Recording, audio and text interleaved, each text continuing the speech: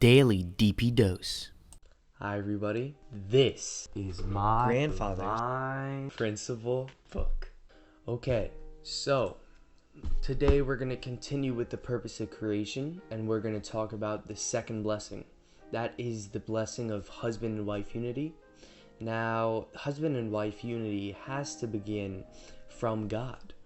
In other words, if we do not see the relationship between husband and wife as a gift from God, then that is not the second blessing. So in order to create this four-position foundation centered on God, the subject and object have to come together prompted by God. If the subject and object come together not prompted by God, but prompted by some other force, maybe Satan, then that relationship is fundamentally different from the originally intended relationship. And because the purpose is different, Satan occupies the God position, giving purpose to the subject and objects, and giving purpose to why they relate and why they are attracted to each other. Then this subject, this central subject, Satan, right, is the owner of all the results and the children.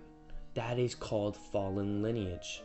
But when man and woman come together and can create the four-position foundation with God, okay, then that is the second blessing. Now, if you're a logical person, then you'd be asking yourself, then what is the reason that God has man and woman coming together, right? And that would be a great question to be curious about. That would be a great question to ask. There's something more pressing, right? How is it that you're supposed to know that God wants a man and a woman, specifically a man and woman, to come together, right? How would you know that? What is the agency, how God works, right, to bring man and woman together? Okay, so we know what the world says, right? We know what history has said about man and woman coming together. We know Satan's cute version of Cupid, right? We know Satan's agency purpose by Satan. We know all the lust and all the, reasons why man and woman would come together. But what is the agency by which God would get man and woman to come together? If you're not willing to ask this question, this means that you don't have a mind where your sexuality actually is placed in the hands of God. So you are not interested in actually partnering with God, and all the things that come from your sexuality. And this is how this attitude of disconnection from God, which we'll talk about later, is the fall of man. This is the disconnection of God in the area of sexuality, which fundamentally changes the nature of having children, because it changes the nature of having sex, right? Because it's changed the nature of pursuing the opposite sex, right? In other words, four-position foundation centered on Satan. But what's the ideal like? Well, when a man and a woman are given the blessing by God, right, through their parents, who are agents, who are the original agents of God, by coming together that way, our love that we share as men and women is an extension of our parents' love for us. So God and parents are the agency that brings us together, right?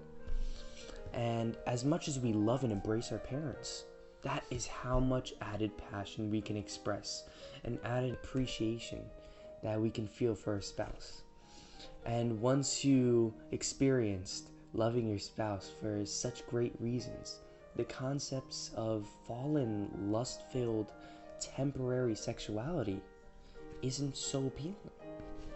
So really, the discussion of the second blessing is a wake-up call to us, because many times we take sexual tensions in our world for granted, and we don't really examine its roots and the path that it takes. But if you want the second blessing and to be happy and in front of God, and you want to fulfill the three great blessings, and you want to fulfill the second blessing, you're going to have to stand in front of God and fake it, so to speak, and bring your sexuality in front of Him for examination.